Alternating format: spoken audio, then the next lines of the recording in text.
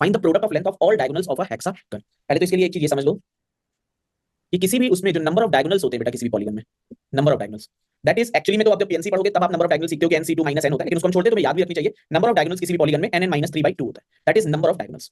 जैसे अगर एक हेक्सागन है बेटा, तो हेक्सागन में number of diagonals 6 × 3/2 which will be 9 number of diagonals होंगे। जैसे मान लो पेंटागन है, तो पेंटागन में जो नंबर ऑफ डायगोनल्स होंगे दैट इज 5 × 2/2 मतलब 5 डायगोनल होंगे उसमें। जैसे मान लो ऑक्टागन है, तो ऑक्टागन में जो नंबर ऑफ डायगोनल होंगे 8 × 5/2 that is 20 diagonals will be there, तो 20 डायगोनल्स होंगे। तो जो नंबर ऑफ डायगोनल्स होते हैं किसी भी पॉलीगन में दैट इज nn - 3/2 होते हैं। हमसे क्या पूछ रहा है क्वेश्चन, हमसे कह रहा है रेगुलर हेक्सागन है जिसकी साइड जो है वो 1 यूनिट है, ये हेक्सागन। हेक्सागन में मैंने आपको बताया है हेक्सागन में 9 डायगोनल्स होते हैं, जिसमें 3 डायगोनल होते हैं, जैसे ये A B C D E F, 3 diagonal जो होते हैं, 6 डायगोनल जो होंगे वो इस लेंथ के होंगे, और 3 डायगोनल, दो वर्टेक्स छोड़ के, एक ये डायगोनल, एक ये डायगोनल और जो एक ये डायगोनल जो सेंटर से पास हो रहे हैं। इन डायगोनल की लेंथ कितनी होती है बेटा, what is length of this diagonal, in diagonal की लेंथ 2a इक्वल होती है, 2a। जो बाकी के 6 डायगोनल होते हैं बेटा, बाकी के 6 डायगोनल मतलब ये डायगोनल एक एक वर्टेक्स छोड़ के, उनकी लेंथ कितनी होती है बेटा, दैट इज √3a होती है। और ये जो एंगल होता है बेटा, what is this angle value, इस एंगल की वैल्यू कितनी होती है, दैट इज 120। ये a लेंथ है, ये a ऑलरेडी बता चुका हूं, तो इसकी लेंथ क्या रूल लगा के निकाल लेते हो बेटा, कोसाइन रूल लगा के निकाल। तो यहां से एक बहुत इंपॉर्टेंट चीज आपके लिए बार बार जिसका यूटिलाइजेशन होगा, मान लो एक ट्रायंगल बना है और उसमें अगर ये a है, ये a है और ये 120, जिसका यूटिलाइजेशन बार बार हो सकता है, ये a तो ये a√3, 120 को साइन लगाओगे तो बाय डिफॉल्ट तुम्हें a√3, तो 120 के लिए जैसे अगर हमारे सामने ये a है, ये a है और ये अगर 90 डिग्री होगा तो ये a√2 हो जाएगा। अगर ये a है, ये a है और ये 120 है तो दैट विल बी a√3। ये आपके दिमाग में होना चाहिए। अब हमसे क्या कह रहा है, कह रहा है भैया कि एक रेगुलर हेक्सागन है जिसकी हर साइड 1 यूनिट है, find the product of length of all diagonal. देखो 3 डायगोनल जो होते हैं वो 2a लेंथ के होते हैं, मतलब यहां पर a की वैल्यू 1 है, 2 लेंथ के। 3 डायगोनल 2 लेंथ के होंगे, 6 डायगोनल जो होंगे वो √3a लेंथ के, मतलब √3 लेंथ के होंगे। तो product of length of all diagonal मतलब 2 डायगोनल 3 बार मल्टीप्लाई होंगे 2 लेंथ के, और √3 वाले 6 टाइम्स मल्टीप्लाई। ठीक है, पॉलीगन आपने किया तो दिस इज 2 का क्यूब × 3 × 3 × 3 मतलब 27। तो 8 × 27 8 7 56 5 8 2 16 5 260, दैट शुड बी आंसर। इसके लिए आपको रेगुलर हेक्सागन की प्रॉपर्टी पता होनी चाहिए, आपको लॉन्गेस्ट डायगोनल 3 और 6 शॉर्टेस्ट डायगोनल पता होने चाहिए। ठीक है, ये पता होना चाहिए आपको। ट्राई करो ये क्वेश्चन पहले 150 में, ट्राई दिस।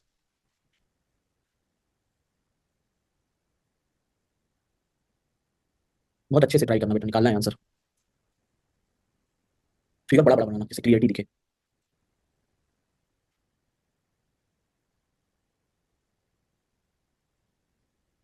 शिद्दत से वो बड़ा हिंट दे दिया है, कूट दो क्वेश्चन को एकदम।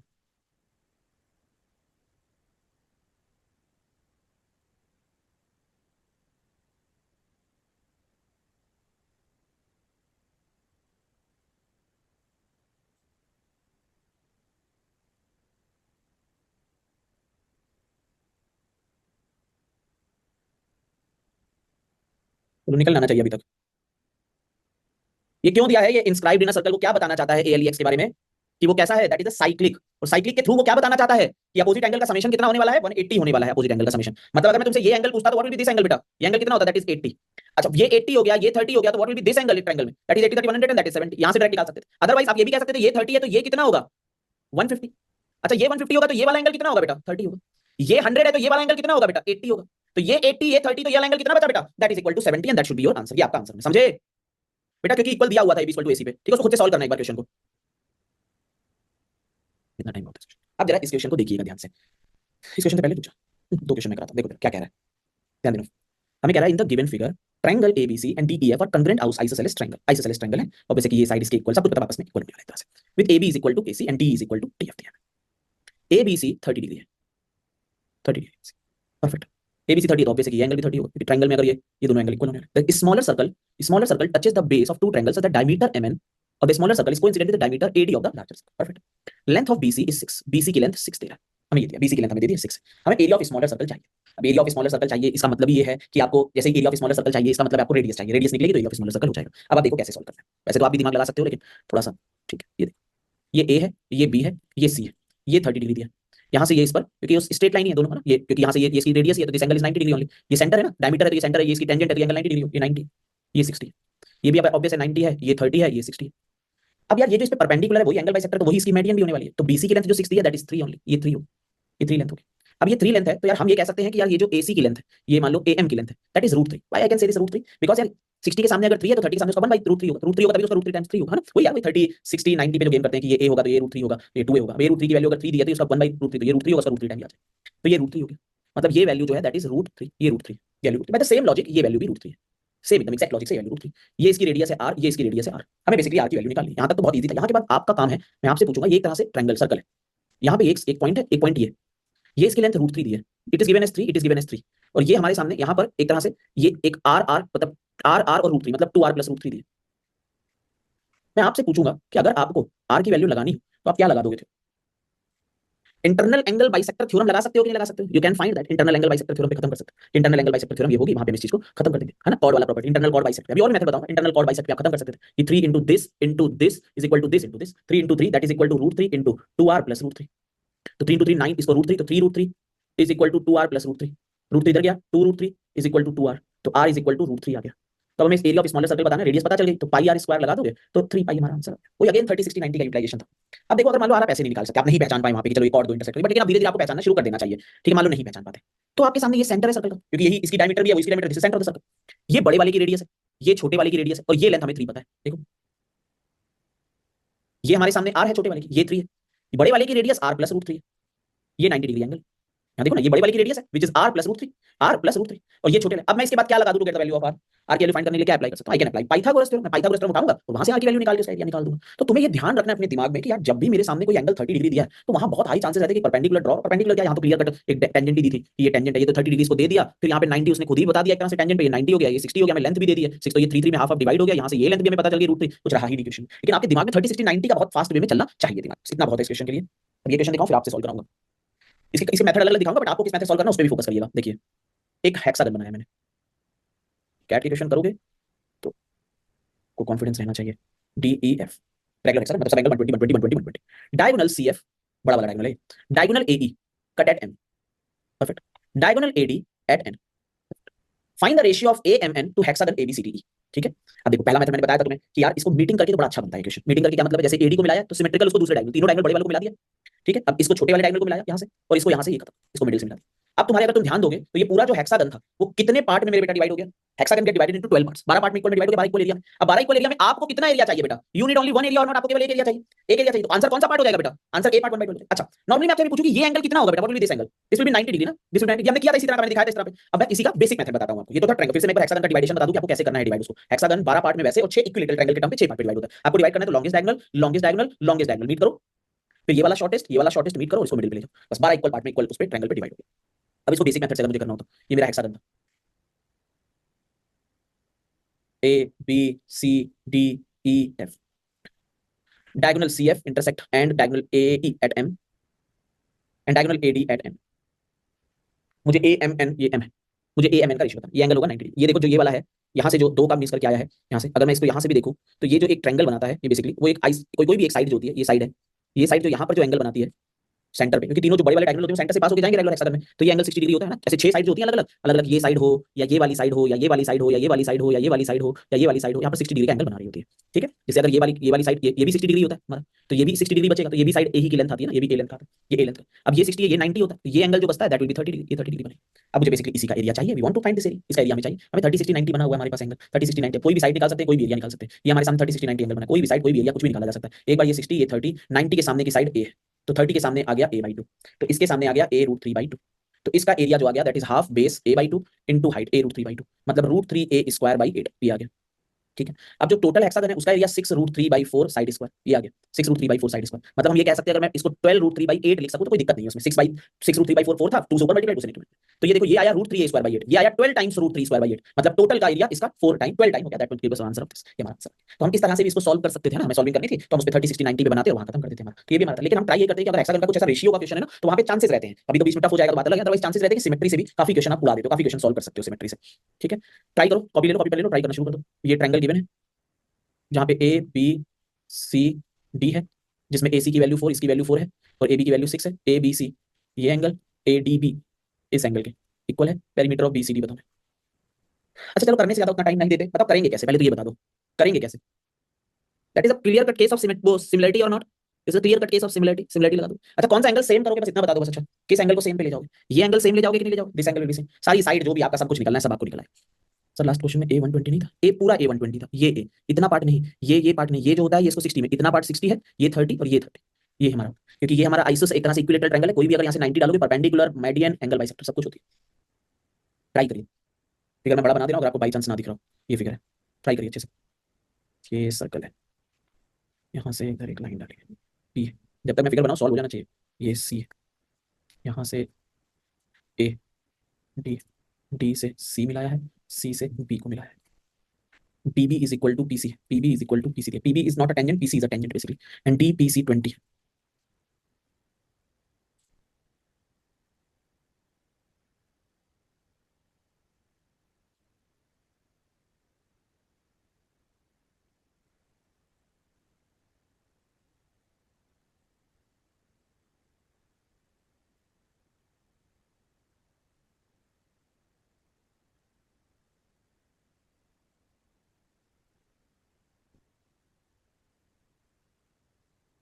रीड अच्छे से करना, दिया कुछ होता है इक्वल, बच्चे पढ़ कुछ लोड लेते हैं। नहीं तब ट्रेपेजियम नहीं, तब हमें ना पता था, तब भी ट्रेपेजियम तो तब भी बनता बेटा, रेशियो 1:1 ही है ना वहां पर, इक्वल रेशियो में डिवाइड कर रहा है, तो PB is equal to CB है, ठीक है, ये इसके इक्वल है।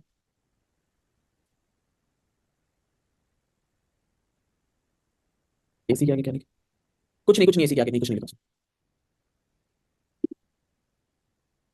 DCB is a straight line बेटा, DCB is not a straight line, PBD is a straight line. हाँ फैजल, उसको एक बार और सॉल्व करना फैजल।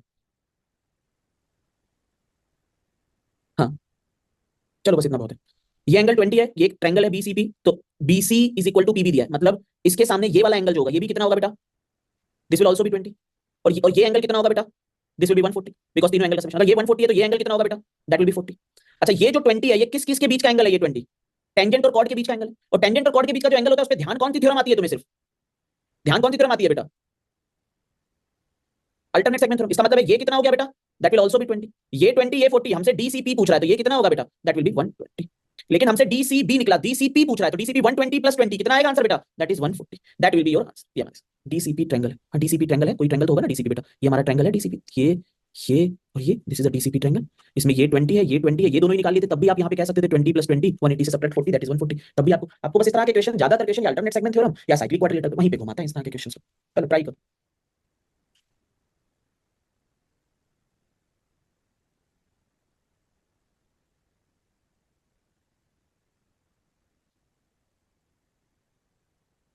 इतना टाइम नहीं मिलना चाहिए इस क्वेश्चन के लिए, क्वेश्चन कुछ है ही नहीं क्या, क्या अप्लाई होना है, क्या अप्लाई होना है, there is a second theorem ना, सेकंड थ्योरम डायरेक्टली लग जानी है कि PT square is equal to PA into PB, PT square means 8 root 14 का whole square, PA into PB की लेंथ 56 है, यहां से किसकी वैल्यू आ जाएगी बेटा, यहां से किसकी वैल्यू आ जाएगी बेटा, you will get a value of P. एक चीज याद रखना, ऐसा ना हो कि कल को ये बी लिख के ये ए लिख दे तो आप तब भी पी इनटू पीबी रट के बैठे हुए हो, पीबी जो यहां से यहां तक कट करेगा और ये पूरी लेंथ, समझ रहे हो ना बेटा, कल को ये बी और ये ए लिख दिया तो आप वो खत्म करते जाओ उसको भी, है ना, वो प्रियांशु रिवीजन से ही आपको वो आएंगे। चलो ट्राई करो, 156 ट्राई करो, ट्राई करो 2 मिनट आराम से।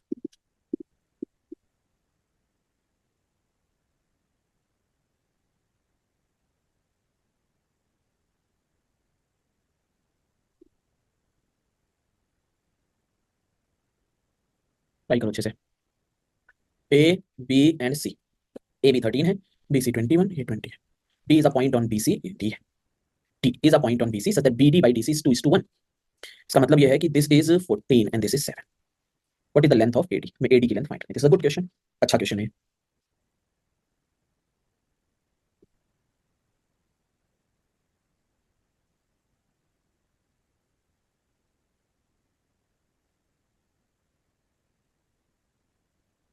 वैसे हटा दो ना, सोचो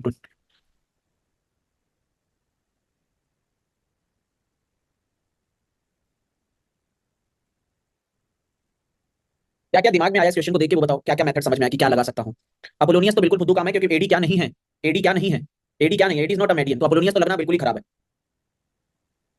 अल्टरनेट सेगमेंट में कॉर्ड और टेंजेंट के बीच का एंगल जो दूसरे साइड पे होता है उसके इक्वल होता है, बस क्लास वो करो ना बेटा, अल्टरनेट सेगमेंट का जो थ्योरी बताई है। दूसरी चीज एक थोड़ा सा दिमाग में ये भी आ सकता है कि बीपीटी लगा के एरिया को क्या कर दे, एक का एरिया दूसरे के एरिया का कितना होगा बेटा, 2:1 के रेशियो में होगा, ये भी एक दिमाग में आता है कि अपोलो और लगा के एरिया को कहीं डिवाइड कर दे, तब भी एक हमारे दिमाग में आना है। तो ये हमारे दो चीजें तो हमारे दिमाग में आती हैं इस क्वेश्चन को देख के, ठीक है, क्या क्या दिमाग में आता है उसको देखते हैं एक बार। पहला मेथड जो कि आपको साइन लगा दो, मान लो ये एंगल थीटा दिया, तो एक बार पूरे ट्रायंगल में, ट्रायंगल ए बी सी पे को साइन लगाएं कि cos theta is equal to 13 square plus 14, sorry 13 square plus 21 square minus 20 square divided by 2 into 13 into 21। फिर ट्रायंगल ए बी डी में को साइन लगा दें कि cos theta is equal to, मान लो ये लेंथ x है, 13 square plus 14 square minus x square divided by 2 into 13 into 14, दोनों को इक्वेट कर दे, तो 13 square plus 21 square minus 20 square divided by 2 into 13 into 21, that is equal to 13 square plus 14 square minus x square divided by 2 into 13 into 14, 2 into 13 13 cancel, 7 से ये 2 ये 3 आया, अब बस मल्टीप्लाई करके you will get the value of x, आपको x की value आ जाएगी। This should be your method number 1, ये आपका मेथड नंबर 1 पॉसिबल था कि जहां पर आप इसको खत्म कर सकते थे उस तरह से, ठीक है। मेथड नंबर 1 क्लियर हो गया बेटा।